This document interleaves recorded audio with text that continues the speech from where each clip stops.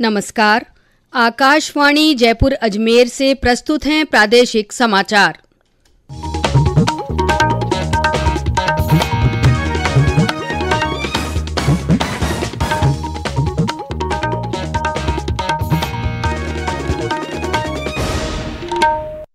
मुख्य समाचार। प्रधानमंत्री नरेंद्र मोदी ने जनजातीय गौरव दिवस के अवसर पर 6,600 करोड़ रुपए से अधिक की विकास परियोजनाओं का शुभारंभ किया। गुरु नानक जयंती प्रकाश पर्व के रूप में उल्लास से मनाई जा रही है। गुरुद्वारों में शबद कीर्तन और लंगर के आयोजन। कार्तिक पूर्णिमा के अवसर पर पुष्कर सहित पवित्र तीर्थों में दीपदान और दान पुण्य के कार्यक्रम। और जयपुर में आज से आयुर्वेद कुंभ संयोजनम 2024 का शुभ आरंभ।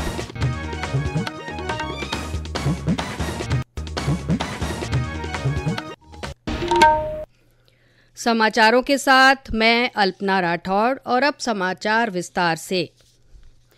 आज भगवान बिरसा मुंडा की जयंती है।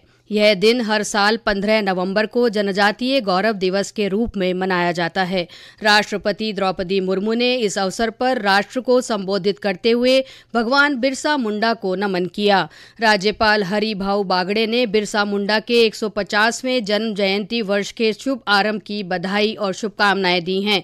श्री बागड़े ने कहा कि जल, जंगल, जमीन और मातृभूमि पर स्वराज का पैगाम देने वाले भगवान बिरसा मुंडा के आदर्श हमारी धरोहर हैं। उन्होंने कहा कि बिरसा मुंडा ने जनजातीय गौरव, जनजातीय संस्कृति, स्वाभिमान और स्वतंत्रता की रक्षा के लिए निरंतर संघर्ष किया। इस मौके पर प्रदेश में धरती आबा जनजातीय ग्राम उत्कर्ष अभियान के तहत कई कार्यक्रम आयोजित किए जा रहे हैं। प्रधानमंत्री नरेंद्र मोदी ने कहा है कि जनजातीय समुदायों के लिए शिक्षा, उपचार और रोजगार देना सरकार की सर्वोच्च प्राथमिकता है। प्रधानमंत्री ने जनजातीय गौरव दिवस पर आज बिहार के जमुई में 6,600 करोड़ रुपए से अधिक की कई विकास परियोजनाओं का लोकार्पण और शिलान्यास किया।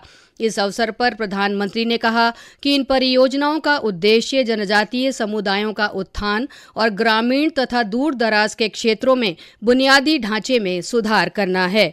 श्री मोदी ने भगवान बिरसा मुंडा के जीवन और समृद्ध आदिवासी विरासत और संस्कृति पर आधारित एक प्रदर्शनी का भी उद्घाटन किया। इस मौके पर उन्होंने स्मारक सिक्का और डाक टिकट भी जारी किया। प्रधानमंत्री ने 2 जनजातीय स्वतंत्रता सेनानियों के संग्रहालय और 2 जनजातीय अनुसंधान संस्थानों का भी उद्घाटन किया। प्रधानमंत्री ने कहा है कि उनकी सरकार जनजातीय समुदाय की विरासत और संस्कृति के संरक्षण के लिए प्रतिबद्ध है।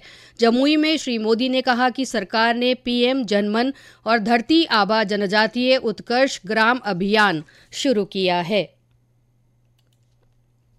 देश के 60,000 से अधिक आदिवासी गांवों के विकास के लिए एक विशेष योजना हमने शुरू की है। धरती आबा जनजातीय ग्राम उत्कर्ष अभियान। इसके तहत करीब 80,000 करोड़ रुपए आदिवासी गांवों में लगाए जाएंगे। इसका मकसद आदिवासी समाज तक जरूरी सुविधाएं पहुंचाने के साथ साथ युवाओं के लिए ट्रेनिंग और रोजगार के अवसर बनाने का भी है। प्रधानमंत्री ने जनजातीय समाज के लिए इस तरह की पहल तैयार करने के लिए राष्ट्रपति द्रौपदी मुर्मू के विचारों के प्रति कृतज्ञता प्रकट की। प्रधानमंत्री ने इस अवसर पर आदिवासी बहुल जिलों में बिरसा मुंडा गौरव उपमंच शुरू करने की घोषणा की। श्री मोदी ने कहा कि जनजातीय समुदाय की 20 लाख लखपति दीदियों को सरकारी सहायता प्रदान की गई है। इधर प्रदेश के विभिन्न जिलों में भी जनजातीय गौरव दिवस हर्षोल्लास से मनाया गया। जिला स्तर पर आयोजित हुए कार्यक्रमों में प्रधानमंत्री के संबोधन को वर्चुअल रूप से सुना गया। बांसवाड़ा में आयोजित कार्यक्रम में मुख्यमंत्री भजनलाल शर्मा शामिल हुए। उन्होंने राष्ट्र की रक्षा के लिए आदिवासी वीरों के बलिदान को याद करते हुए नमन किया। जनजाति गौरव दिवस हमारे उन बहादुर आदिवासी वीरों को समर्पित है जिन्होंने आजादी की लड़ाई में अपना सब कुछ योगदान दिया। आदिवासी युवाओं, आदिवासी नेताओं और समुदाय के सदस्यों को आदिवासी विरासत से परिचय कराने का भी ये अवसर है।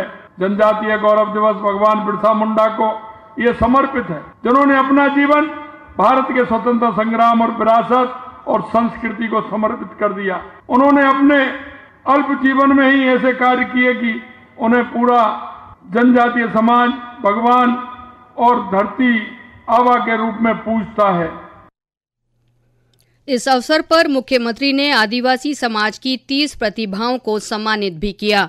चित्तौड़गढ़ में आयोजित कार्यक्रम में सांसद सीपी जोशी सहित विभिन्न जनप्रतिनिधि मौजूद रहे। इस दौरान आदिवासी समाज के लोगों को विभिन्न योजनाओं से जोड़ा गया। इस अवसर पर पाली के बाली पंचायत समिति में जिला स्तरीय कार्यक्रम में जनप्रतिनिधियों और आदिवासी समाज के लोगों ने भाग लिया। इस अभियान में जिले की 43 ग्राम पंचायतों को शामिल किया गया है। इन पंचायतों में कल से अगले 10 दिन तक शिविर आयोजित किए जाएंगे। जैसलमेर, जालौर, भीलवाड़ा और सवाई माधोपुर सहित अन्य जिलों में भी ग्राम उत्कर्ष अभियान की शुरुआत हुई। कोटा में जनजातीय गौरव दिवस कार्यक्रम में श्रेष्ठ प्रदर्शन करने वाले जनजातीय विद्यार्थियों को सम्मानित किया गया। ये समाचार आकाशवाणी जयपुर अजमेर से प्रसारित किए जा रहे हैं। गुरु नानक जयंती को प्रकाश पर्व के रूप में आज देश भर में उत्साह और उल्लास के साथ मनाया जा रहा है। इस अवसर पर प्रधानमंत्री नरेंद्र मोदी ने अपने संदेश में गुरु नानक देव जयंती की शुभकामनाएं देते हुए कहा कि नानक देव जी की शिक्षाएं लोगों को करुणा, दया और विनम्रता की भावना को आगे बढ़ाने के लिए प्रेरित करती रहेंगी। मुख्यमंत्री भजनलाल शर्मा ने कहा कि गुरु नानक देव की शिक्षाओं का अनुसरण करते हुए सेवा, सामाजिक समानता, नैतिक ईमानदारी और पर्यावरण संरक्षण के प्रति राज्य सरकार समर्पित और कटिबद्ध है। प्रकाश पर्व के मौके पर राजधानी जयपुर सहित प्रदेश के सभी छोटे बड़े गुरुद्वारों में शबद कीर्तन और लंगर के आयोजन किए जा रहे हैं। भरतपुर के पाईबाग स्थित गुरुद्वारे में गुरुवाणी के पाठ और लंगर बढ़ता जा रहा है। चूरू, सवाई माधोपुर और दौसा में भी प्रकाश पर्व पारंपरिक धार्मिक उल्लास से मनाया जा रहा है। झालावाड़ जिले के झालरापाटन और भवानी मंडी स्थित गुरुद्वारों में विशेष अरदास और कीर्तन कार्यक्रम आयोजित हुए। हनुमानगढ़ जिले में प्रकाश पर्व के मौके पर गुरुद्वारों पर विशेष आयोजन किए जा रहे हैं। और ब्यौरा हमारे संवाददाता से। हनुमानगढ़ जिले में आज कार्तिक पूर्णिमा पर सिख धर्म के संस्थापक श्री गुरु नानक देव जी की 555वीं जयंती श्रद्धा और उल्लास के साथ धूमधाम से मनाई जा रही है। इस मौके पर कई जगह नगर कीर्तन निकाले जा रहे हैं। इस दौरान पंच प्यारे नगर कीर्तन की अगुवाई कर रहे हैं। इसमें बड़ी तादाद में साध संगत शामिल हो रही है। वहीं गुरुद्वारों को आकर्षक ढंग से सजाया गया है। गुरु ग्रंथ साहिब के आगे मत्था टेक कर इलाके की सुख समृद्धि व खुशहाली की कामना की जा रही है। मैना देवी, आकाशवाणी समाचार, हनुमानगढ़। कार्तिक पूर्णिमा का पर्व आज प्रदेश भर में देव दिवाली के रूप में मनाया जा रहा है। इस अवसर पर सभी पवित्र तीर्थ स्थलों पर स्नान और दीपदान सहित दान पुण्य किए जा रहे हैं। जयपुर के गलता तीर्थ पर सुबह से ही श्रद्धालुओं का तांता लगा हुआ है।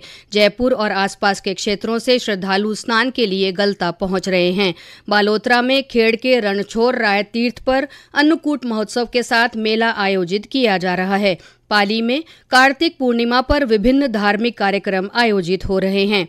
सवाई माधोपुर के रामेश्वर धाम स्थित त्रिवेणी संगम पर भक्तों ने स्नान कर भगवान चतुर्भुज नाथ के दर्शन किए।